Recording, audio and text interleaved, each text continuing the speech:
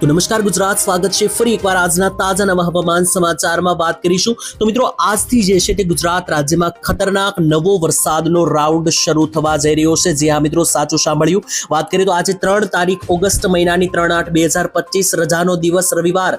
બહાર જતા પહેલા જોઈ લેજો, કારણ કે આજથી જે છે તે નવો રાઉન્ડ શરૂ થયો છે. એટલું જ નહીં, નવું નક્ષત્ર પણ બેસી ગયું છે અને આજથી ગુજરાત રાજ્યમાં જે છે તે વરસાદ ધમરોળશે. કયા કયા ભાગોની અંદર કેટલો વરસાદ પડવાનો છે, બધી જ માહિતી આપવાની છે આજના બ્રેકિંગ નવા હવામાન સમાચારની અંદર. તો મિત્રો વિડીયોની અંદર A to Z બધી જ માહિતી આપવામાં આવશે. સૌથી પહેલા તો મિત્રો સિસ્ટમ વિશે માહિતી આપવામાં આવશે કે ગુજરાત રાજ્ય આસપાસ અત્યારે હાલ કોઈ સિસ્ટમ છે કે નહીં. અને બીજા નંબર ઉપર મિત્રો આજથી જે છે તે નવો વરસાદનો રાઉન્ડ શરૂ થવા જઈ રહ્યો છે. એટલે કે 3 તારીખથી લઈને 7 ઓગસ્ટ સુધી ગુજરાત રાજ્યની અંદર જે છે તે મિત્રો ધબધબાટી બોલાવે તેવા વરસાદનો નવો રાઉન્ડ છે.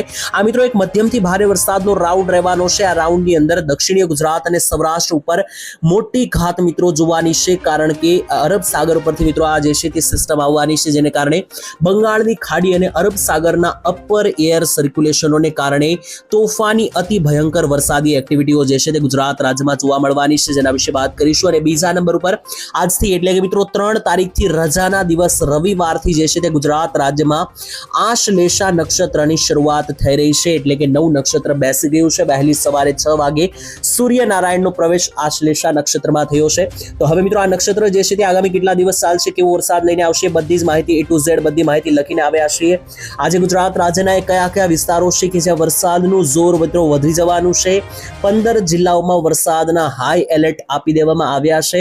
બધી જ વાત કરીએ મિત્રો. સૌથી પહેલા તમને જણાવી દઈએ, તમે ઓનલી વેધર ચેનલને સબસ્ક્રાઇબ નથી કરી તો અત્યારે જ કરજો, કારણ કે મિત્રો આ ચેનલના માધ્યમથી જે છે તે આપણે દરરોજના હવામાન સમાચાર સાચા અને સચોટ જે છે તે મિત્રો આ ચેનલના માધ્યમથી આપતા હોઈએ છે. તો સૌથી પહેલા મિત્રો વરસાદી રાઉન્ડ વિશે વાત કરીએ કે ગુજરાત રાજ્ય ઉપર જે છે તે આગામી દિવસોમાં કેવું હવામાન જોવા મળી રહ્યું છે તે પહેલા જાણીએ, કારણ કે ગુજરાત રાજ્યમાં આગામી દિવસો કેવા જોવા મળી રહ્યા છે, ગુજરાતમાં કેવો વરસાદ આવશે કે નહીં. તો મિત્રો સૌથી પહેલા તો જે છે તે વરસાદના નવા રાઉન્ડની આજથી વિધિગત વહેલી સવારથી શરૂઆત થઈ છે. ગુજરાત રાજ્યમાં હવામાન ખાતા તરફથી પણ મિત્રો આગાહી આપી દેવામાં આવી હતી. નિષ્ણાંતો જેવા કે અંબાલાલ પટેલ દ્વારા પણ માહિતી આપવામાં આવી હતી અને અમારી માહિતી મિત્રો તમને આપીએ તો મિત્રો 3 તારીખથી ગુજરાત રાજ્યમાં તબાહી મચાવનારા વરસાદની રાઉન્ડની શરૂઆત થવાની છે.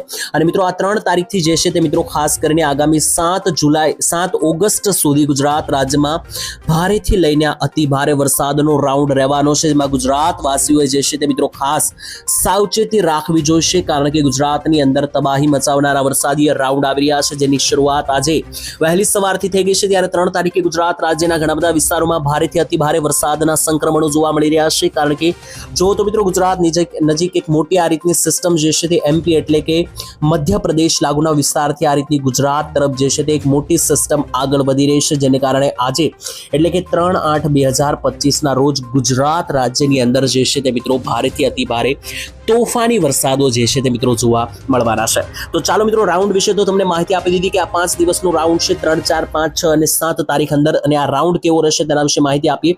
તો મિત્રો સૌથી પહેલા તો જે છે તે આ વરસાદનો રાઉન્ડ મધ્યમથી હળવા વરસાદો વાળો રહેવાનો છે. એટલે કે ગુજરાત રાજ્યની નજીક તમને દેખાડી દે તો અત્યારે કોઈ મોટી સિસ્ટમ જે છે તે એટલી ભયંકર સિસ્ટમ નથી. આ જે વરસાદનો રાઉન્ડ છે તે બંગાળની ખાડી અને અરબ સાગરના લો પ્રેશર અને સાયક્લોનિક સર્ક્યુલેશનને કારણે આવી રહ્યો છે, જેને કારણે ગુજરાત રાજ્ય ઉપર મિત્રો આજે વરસાદનો રાઉન્ડ રહેશે. 3 થી લઈને 7 તારીખ વચ્ચેનો આ એક મધ્યમથી લઈને ભારે વરસાદનો રાઉન્ડ રહેશે. આમાં મિત્રો જે છે તે વધુમાં વધુ 5 ઇંચ સુધીના વરસાદ આવી શકે, બાકી 8 કે 10 ઇંચ સુધીના કોઈ મોટા વરસાદો જોવા નથી મળવાના. ગુજરાત રાજ્યની અંદર આજે વરસાદનો રાઉન્ડ છે. આની અંદર સૌરાષ્ટ્ર અને દક્ષિણ ગુજરાતમાં વધારે ઘાત જોવા મળશે, જેમ કે જોઈ લો મિત્રો આ સૌરાષ્ટ્રનો વિસ્તાર છે અને આ દક્ષિણ ગુજરાતના ઝોન છે. આ ભાગોની અંદર વરસાદી એક્ટિવિટીઓ જે છે તે અહીંયા વધારે જોવા મળવાની છે, કારણ કે ગુજરાત નજીક જે છે તે હવે દક્ષિણ ગુજરાત અને સૌરાષ્ટ્રમાં વરસાદની પણ જરૂરિયાત છે. અને છેલ્લા 1 મહિનાથી અહીંયા વરસાદ પણ આવ્યો નથી, જેથી કરીને મિત્રો હવે આ વિસ્તારોમાં વરસાદ આવી શકે. એક ગામનું નામ લઈને મિત્રો ક્યાં કેટલો વરસાદ આવશે બધી જ માહિતી જાણીએ તેના પહેલા મારે તમને આશ્લેષા નક્ષત્ર વિશે માહિતી આપવી છે. જી હા મિત્રો, ના ખ્યાલ હોય તો જણાવી દઈએ કે વહેલી સવારે 3 તારીખે વહેલી સવારે 6 વાગ્યાથી જે છે તે સૂર્યનારાયણનો પ્રવેશ આશ્લેષા નક્ષત્રમાં થયો છે. અને આ નવા નક્ષત્ર વિશે જે છે તે અમે બધી વસ્તુઓ જે છે તે અહીંયા લખીને આવેલા છે, જેના વિશે વાત કરીએ વિગતથી. તો મિત્રો જોઈ લો સૌથી પહેલા તો મિત્રો આ નક્ષત્ર વિશે જ વાત કરી લે કે આજે જે વહેલી સવારથી બદલાયું છે તે નક્ષત્ર, આ નક્ષત્રનું મિત્રો નામ છે આશ્લેષા નક્ષત્ર. આ નક્ષત્રનું વાહન જે છે તે ગધેડાને માનવામાં આવે છે. ગધેડો મિત્રો આ નક્ષત્રનું વાહન છે.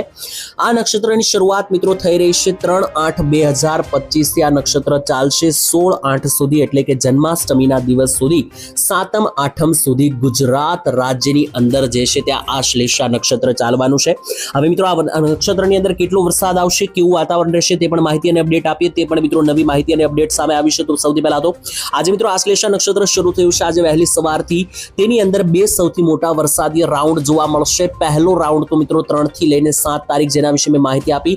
બીજો રાઉન્ડ જે જોવા મળશે તે મિત્રો 9 તારીખથી લઈને 15 તારીખ વચ્ચે ગુજરાત રાજ્યમાં હશે.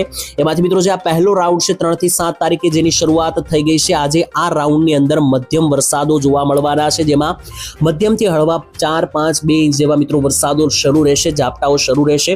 ત્યાર પછી મિત્રો જે ખાસ કરીને 9 થી 15 તારીખ વચ્ચેની આગાહી છે તેમાં સારા એવા વરસાદની આગાહી છે.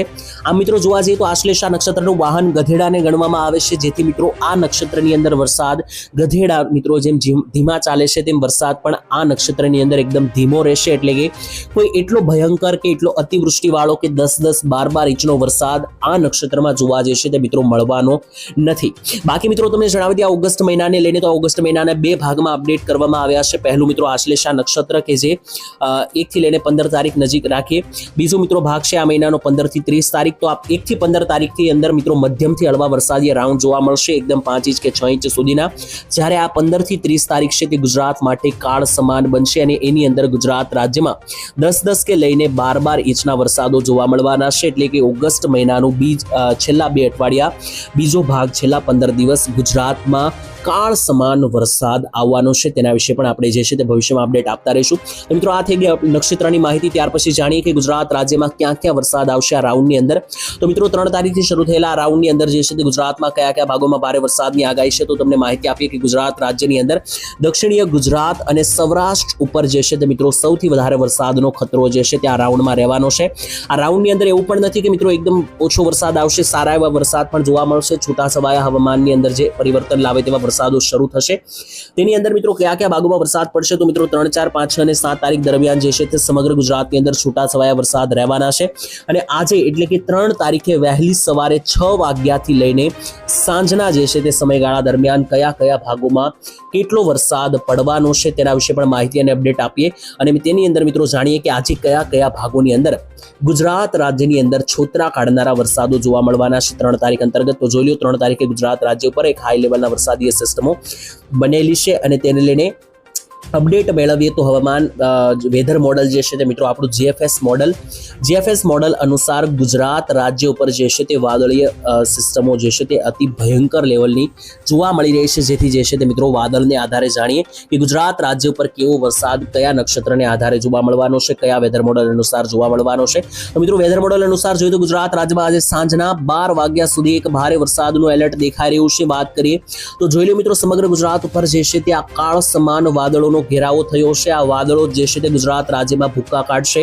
એક પછી એક બધા જ વિસ્તારો વિશે વાત કરીએ. શરૂઆત દક્ષિણ ગુજરાતથી કરીએ કે દક્ષિણ ગુજરાતમાં કયા કયા ભાગોમાં કેટલો વરસાદ જોવા મળશે. તો જોઈ લો દક્ષિણ ગુજરાતની અંદર વાપીના વિસ્તારોથી લઈને વલસાડ, નવસારી, વ્યારા, સાપુતારા અને ડાંગના વિસ્તારો, સુરતના વિસ્તારોથી લઈને મિત્રો ત્યાંથી પણ ઉપર જોઈએ તો ખાસ કરીને અહીંયા તમે જોઈ શકો કે મોટા ભાગના વિસ્તારોનો સમાવેશ થયો છે, જેમાં વાંકાળ, કોસંબા, ઉમરપાડા, સુરત, બારડોલી, વ્યારા, ત્યાંથી ઉપર મિત્રો જોઈ લો તો ત્યાંથી પણ ઉપરના મિત્રો વિસ્તારો જેમ કે ડેડિયાપાડાના વિસ્તાર છે, તેની સાથે સાથે ઉમરપાડા, ભરૂચ, દહેજ, રાજપીપળા, જંબુસર, કરજણ, ડભોઈના વિસ્તાર અને ત્યાંથી પણ ઉપર મિત્રો જે મોટા ભાગના વિસ્તાર છે જેમ કે જોઈ લો મિત્રો જાંબુઘોડા લાગુના વિસ્તારો, વાઘોડિયા, વડોદરા, પાદરાના વિસ્તાર, તેની સાથે આણંદ, તારાપુર, ખંભાત અને ચાંપાનેર સહિતના જેટલા પણ છોટાઉદેપુર લાગુના વિસ્તારો છે, આ બધા જ વિસ્તારોની અંદર દક્ષિણ ગુજરાતના ભાગમાં આજે જે છે તે મધ્યમથી હળવા છૂટાછવાયા વરસાદો જે છે તે જોવા મળવાના છે. ગાજવીજ સાથેના છૂટાછવાયા વરસાદ ગુજરાત રાજ્ય ઉપર જે છે તે આગામી 24 કલાક મંડાણ નાખશે.